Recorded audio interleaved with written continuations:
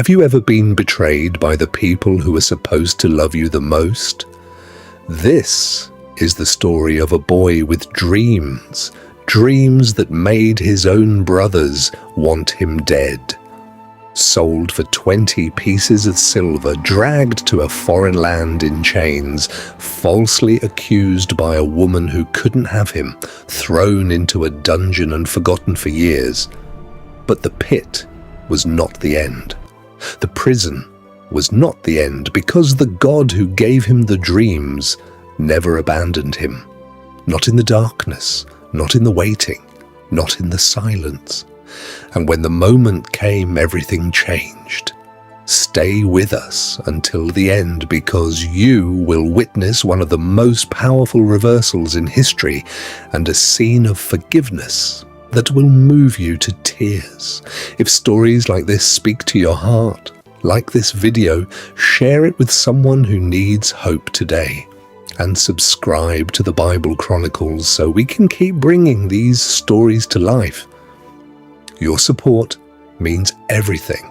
Now, from the pit to the palace, from betrayal to redemption, let's begin. Long ago, in the land of Canaan, there lived a man named Jacob. Jacob was the grandson of Abraham and the son of Isaac. God had blessed Jacob with a large family. He had 12 sons who would one day become the fathers of the 12 tribes of Israel. Among all his sons, there was one who held a special place in his heart. His name was Joseph. Joseph was not the oldest. He was not the strongest. But Jacob loved him deeply because Joseph had been born to Rachel, the wife Jacob loved most. As Joseph grew older, it became clear that he was different from his brothers. He was kind. He was honest. He worked faithfully. Then, one day, Jacob decided to give Joseph a very special gift. It was a beautiful robe, a robe unlike any other, richly woven, brightly colored, a robe that symbolized honor and favor. When Joseph put on the robe, he had no idea it would become the spark that ignited his brothers' hatred. The moment they saw it, jealousy filled their hearts. Every time Joseph walked past wearing that robe, their anger grew stronger. Why should he receive special treatment? Why was he their father's favorite? The brothers began whispering among themselves. Their resentment slowly turned into bitterness, and bitterness soon became hatred. But things were about to get even worse. One night, Joseph had a dream. It seemed so real that when he woke up, he could hardly contain his excitement. The next morning he gathered his brothers. "Listen to the dream I had," Joseph said. His brothers looked at him impatiently. "We were all in a field tying bundles of grain." Joseph's eyes lit up as he spoke. "Suddenly, my bundle stood upright, and all your bundles gathered around it and bowed down." The moment Joseph finished speaking, silence filled the air. Then came the anger. His brothers stared at him. "Are you saying that one day we will bow down to you?" The dream only increased their hatred, but God was not finished. A short time later, Joseph had another dream. This dream was even more remarkable. He saw the sun, the moon, and 11 stars bowing down before him. When he told the dream to his family, even Jacob was surprised. But unlike the brothers, Jacob quietly wondered if the dream carried a message from God. The brothers, however, became furious. Their jealousy burned hotter than ever. Every dream Joseph shared seemed to convince them that he thought he was greater than they were. One day, Joseph's brothers took their father's flocks far from home to find pasture. After some time, Jacob became concerned. "Joseph," he said, "go and check on your brothers and bring me news of how they are doing." Joseph immediately obeyed. Wearing his special robe, he set out across the hills and valleys of Canaan.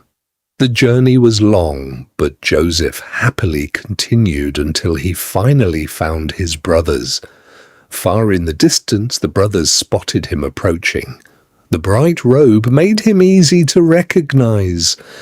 As Joseph drew closer, anger filled their hearts. One brother pointed toward him. "Look," he sneered, "here comes the dreamer."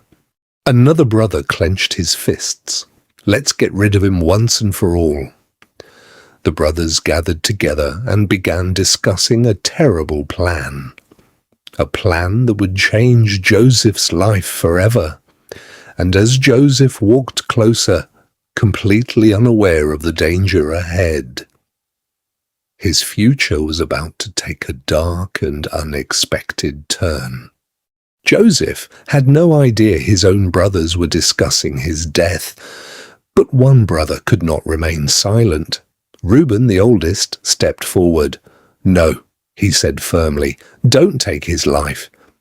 Instead, Reuben suggested they throw Joseph into a nearby empty cistern. Secretly, he planned to rescue Joseph later and return him safely to Jacob. As Joseph finally reached them, he greeted his brothers warmly, but before he could say another word, they grabbed him. Joseph struggled in shock. "Brothers, what are you doing?"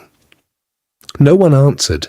They ripped the beautiful robe from his shoulders, the precious gift from his father, the robe that had become the symbol of their hatred. Joseph cried out for mercy, but their hearts had become hard. Without pity, they dragged him across the rough ground. Then, with one violent push, Joseph fell into the deep, empty pit. Dust rose into the air as he hit the bottom. He looked up. Something appeared on the horizon. A long caravan of Ishmaelite merchants was making its way toward Egypt. Their camels carried spices, perfume, and expensive goods for trade. Judah watched them carefully. Then an idea came to his mind. What will we gain if we leave Joseph to die? Come, let's sell him to these traders instead. After all, he is our own brother. The others agreed.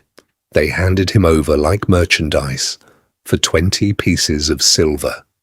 Meanwhile, the other brothers carried out another cruel plan. They slaughtered a young goat. Then they dipped Joseph's beautiful robe into its blood.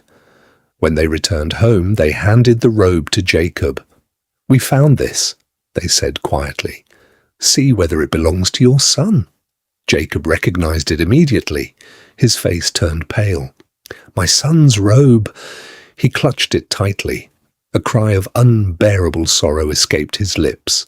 "A wild animal has surely devoured him." "My Joseph, my son." Jacob tore his clothes and put on sackcloth as a sign of deep mourning. His sons and daughters tried to comfort him, but he refused. "I will go to my grave mourning for my son." While Jacob wept in Canaan, Joseph's journey continued toward Egypt, bound in chains, surrounded by strangers. His future seemed completely lost. But what Joseph could not yet see was that God had never left him. Even in the pit, God was there. Even in the chains, God was there. Even on the road to Egypt, one by one buyers inspected the slaves. Then a powerful Egyptian officer approached. His name was Potiphar. Potiphar served Pharaoh himself and commanded many soldiers. He was an important man in Egypt. As he looked at Joseph, he saw something different, something unusual. And so Potiphar purchased Joseph and took him into his household. Joseph had lost his freedom, but he had not lost his faith. From the very beginning, Joseph chose not to become bitter. He could have spent every day complaining. He could have allowed anger to consume him. Instead, he decided to work faithfully wherever he was. If he was a servant, he would be the best servant he could be. Before long, Potiphar noticed. He watched Joseph carefully. This young Hebrew slave was unlike anyone he had ever known. Soon, Potiphar made an important decision. He placed Joseph in charge of his entire household. Joseph became overseer of everything Potiphar owned. The servants answered to him. The accounts were managed by him. The fields were supervised by him. Potiphar trusted Joseph so completely that he no longer worried about anything except the food placed before him. Potiphar's wife began to notice Joseph. By now, Joseph had grown into a strong and handsome young man. Day after day, she watched him. Day after day, her interest grew. Then, one day, she approached him. Joseph entered to complete his work. Suddenly, Potiphar's wife approached him again. This time, she grabbed his robe. "Come with me," she demanded. Joseph knew he had only one choice. He ran. Leaving his garment behind, he rushed out of the house. But the rejected woman was furious. Humiliated and angry, she began shouting for help. Servants rushed into the room. Holding Joseph's garment, she told them a terrible lie. She accused Joseph of trying to attack her. When Potiphar returned home, she repeated the same story. Potiphar listened. Anger burned inside him. Whether he fully believed the accusation or not, he could not ignore it. The result was immediate. Joseph was arrested. Once again, everything he had worked so hard to build disappeared. Once again, his life seemed to be falling apart. The trusted servant became a prisoner. Joseph treated others with kindness. He worked hard. He never complained. He never caused trouble. He earned the respect of everyone around him. Joseph was given responsibility. Once again, God blessed the work of his hands, but Joseph still remained in prison. Days turned into weeks. Weeks turned into months. Months turned into years. Then, one day, two important prisoners arrived. These were not ordinary men. One was Pharaoh's chief cupbearer. The other was Pharaoh's chief baker. Both had somehow offended Pharaoh and had been thrown into prison. Joseph was assigned to care for them. One morning, Joseph noticed that both men looked troubled. Their faces were filled with worry. Something was clearly wrong. "Why do you both look so sad today?" Joseph asked. The men exchanged glances. Then one of them spoke. "We both had dreams last night." "But there is no one here to explain what they mean." Joseph looked at them calmly. Then he said something remarkable. "Do not interpretations belong to God? Tell me your dreams." The cupbearer spoke first. "In my dream, I saw a vine with 3 branches. As I watched, the branches budded and blossomed. Soon they produced ripe grapes. I took the grapes, squeezed them into Pharaoh's cup, and placed the cup into Pharaoh's hand." This is what your dream means. Within 3 days, Pharaoh will lift up your head and restore you to your position. Hope immediately filled the man's face. Then Joseph made a request. "When things go well for you, remember me." Cupbearer nodded. Surely he would remember.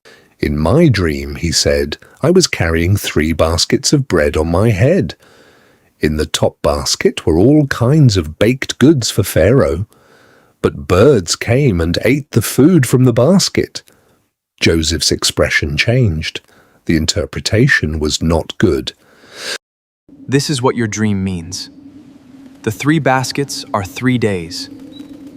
Within 3 days, Pharaoh will lift off your head. The baker's face fell. It was a difficult message. 3 days later, Pharaoh celebrated his birthday.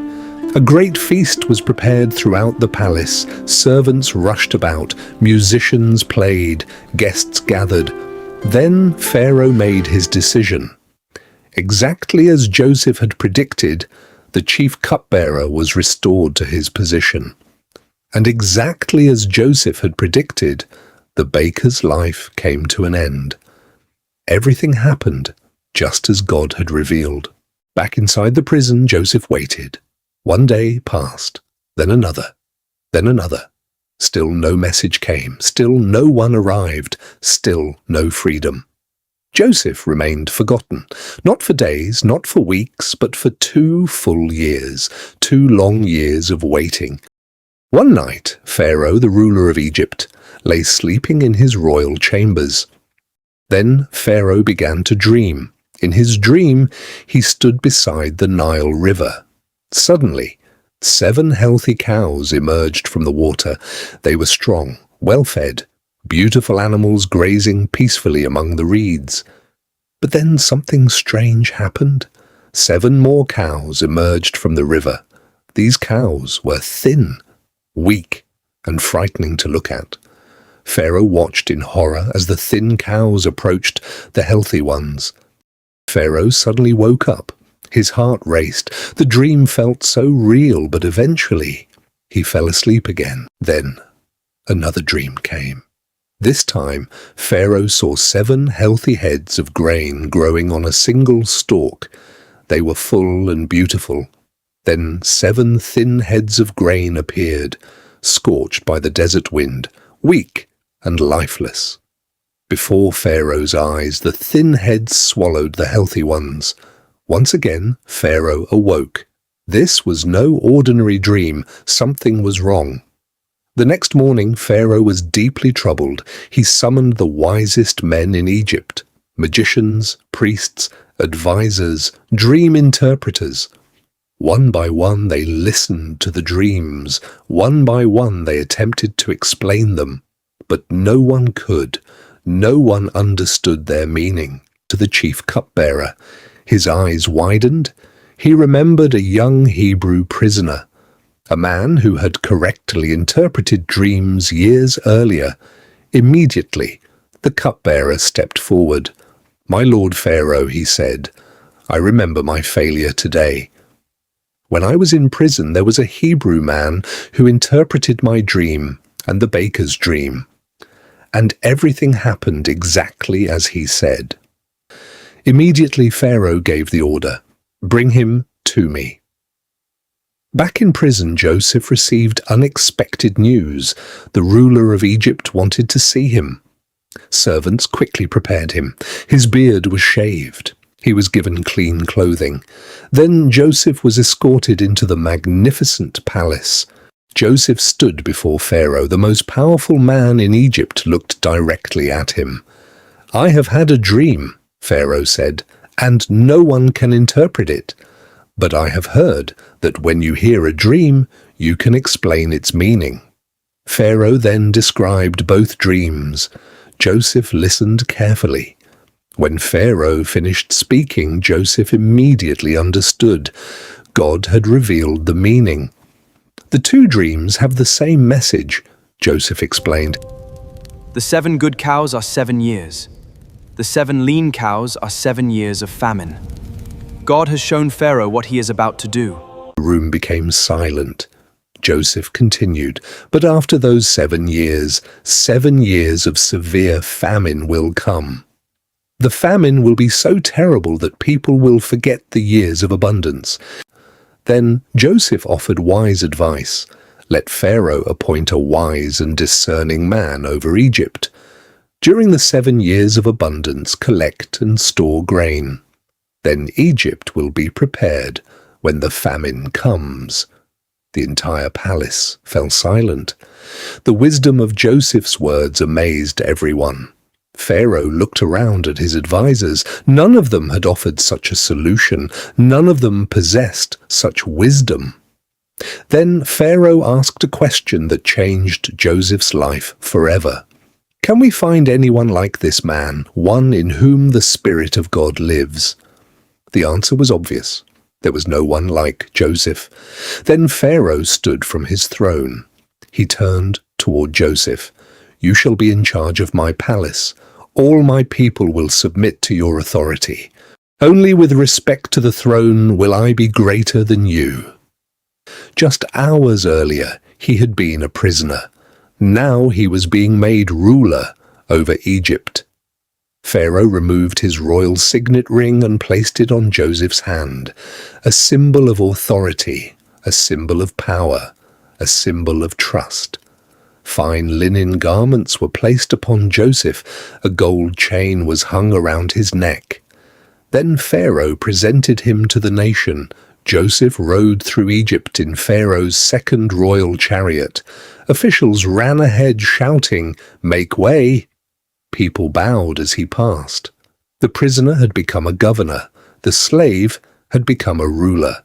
The forgotten dreamer had become the second most powerful man in Egypt. Soon Joseph began preparing Egypt for what was coming. Storehouses were built across the land. Grain was gathered in enormous quantities. The harvests were so plentiful that people eventually stopped counting. Year after year, Joseph faithfully carried out his responsibilities, and just as God had revealed, the years of abundance came exactly as promised. But beyond the horizon, another season was approaching, a season that would bring nations to their knees, a famine so severe that people from every land would come searching for food. And when the 7th year ended, everything changed. The rains became scarce, the fields grew dry, the harvests failed. Across the land, crops withered beneath the blazing sun. Soon, hunger spread throughout Egypt. But Egypt was prepared. The storehouses were full, just as God had warned. As the famine grew worse, people came to Pharaoh begging for food. Pharaoh gave them a simple answer: go to Joseph. Do whatever he tells you. And so, Joseph opened the storehouses. Grain was distributed throughout Egypt. Families survived because of the wisdom God had given him. But the famine did not stop at Egypt's borders. It spread across nations. Cities suffered. Villages struggled. Entire regions faced starvation. Far away in Canaan, Jacob and his family also felt the effects of the famine. Food was becoming scarce. Each day, the situation grew more serious. Then news reached Jacob. There was grain in Egypt. Have heard there is grain in Egypt? Go there and buy food for us, so that we may live and not die. 10 of Joseph's brothers prepared for the journey, but Jacob kept Benjamin, Joseph's younger brother, at home. Actually, they arrived in Egypt. The city was unlike anything they had ever seen. Crowds filled the streets. Merchants traded goods from distant lands, and everywhere people were coming to buy grain. Finally, the brothers were brought before the governor of Egypt, the man responsible for distributing food, the man with authority second only to Pharaoh, Joseph. The moment Joseph saw them, he recognized them immediately. Years had passed. The boys he once knew were now grown men, but he knew exactly who they were, his brothers. Yet, they did not recognize him. Joseph looked completely different now. He dressed like an Egyptian ruler. He spoke through interpreters. He carried himself with royal authority. To them, he was simply the governor of Egypt. Nothing more. Then, something extraordinary happened.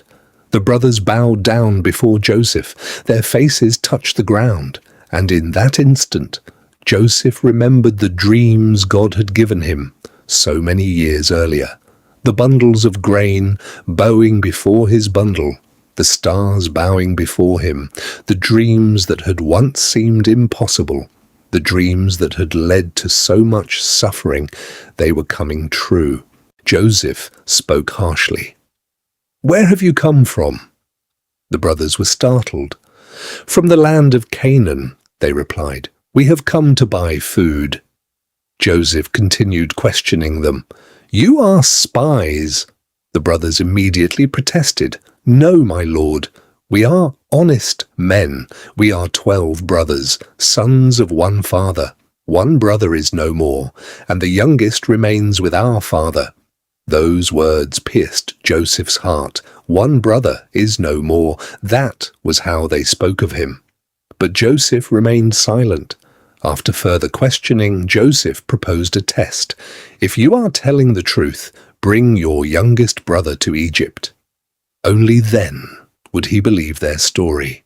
Then he ordered that Simeon be kept in custody while the others returned home. The remaining brothers received grain and began their journey back to Canaan. Secretly, Joseph gave another instruction: return their silver. Every coin they had used to purchase grain was placed back into their sacks. Later, as they traveled home, the brothers discovered the silver. Fear gripped them. "What has God done to us?" they asked.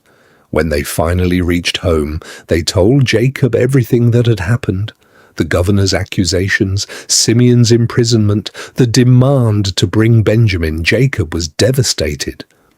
"You have deprived me of my children," he cried. "Joseph is gone. Simeon is gone. And now you want to take Benjamin?" "No!" Benjamin would not go. Their father Jacob had reluctantly agreed to let Benjamin go, but only after Judah made a solemn promise.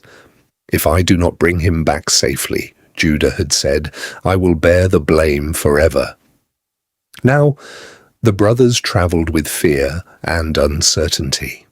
When they finally arrived in Egypt, Joseph saw Benjamin. For a moment, the mighty governor could barely breathe. There stood his younger brother, the last son of Rachel, the brother he had not seen for more than 20 years. Yet the sight of him stirred emotions Joseph had buried deep within his heart. Joseph quickly turned to his steward. "Take these men to my house," he ordered. "Prepare a meal for them." The brothers became terrified. Why were they being taken to the governor's house? Joseph asked about their father. "Is your elderly father still living?" "Yes, my lord," they replied. "He's still alive and well." Then Joseph's eyes rested upon Benjamin. "Is this your youngest brother?" Benjamin nodded respectfully. Joseph could hardly contain his emotions. "May God be gracious to you, my son." Overwhelmed with emotion, Joseph hurried from the room. He entered a private chamber and wept. Years of separation, years of pain, years of longing, all came rushing back at once. After composing himself, Joseph returned and joined the meal. The brothers sat together according to their birth order, from the oldest to the youngest. They looked at one another in astonishment. How could the governor possibly know this? Then Benjamin received 5 times more food than everyone else. Joseph was watching carefully. Before the brothers departed the next morning, Joseph secretly instructed his steward, "Fill their sacks with grain. Return each man's silver, and place my silver cup inside Benjamin's sack." The steward obeyed. The brothers left Egypt believing everything had gone well, but they had not traveled far before horsemen appeared behind them. Joseph's steward stopped them. "Why have you stolen my master's silver cup?" he demanded. The brothers were shocked. "We would never do such a thing. Search our bags. If the cup is found, the guilty man shall die." One by one the sacks were opened, the eldest first, then the next, then the next. Nothing.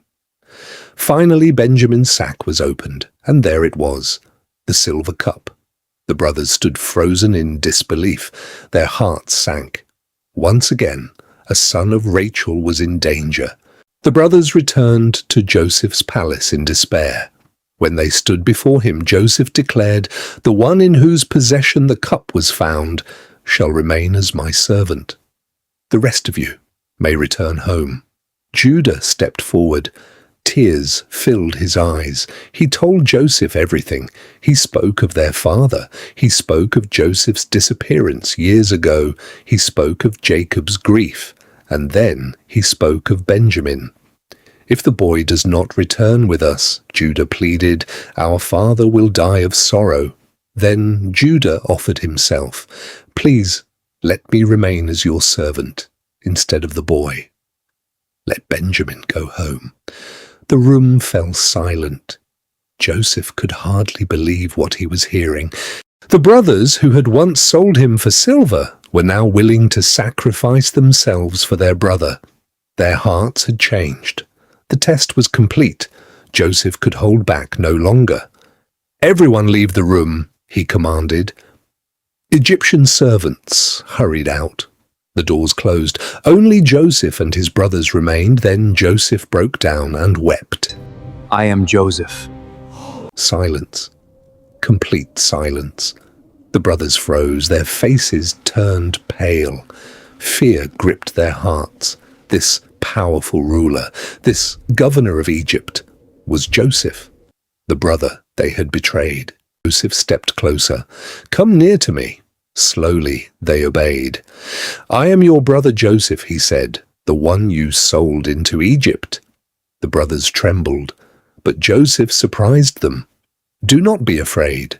Do not be angry with yourselves, because it was to save lives that God sent me ahead of you." Joseph understood something his brothers could not yet see.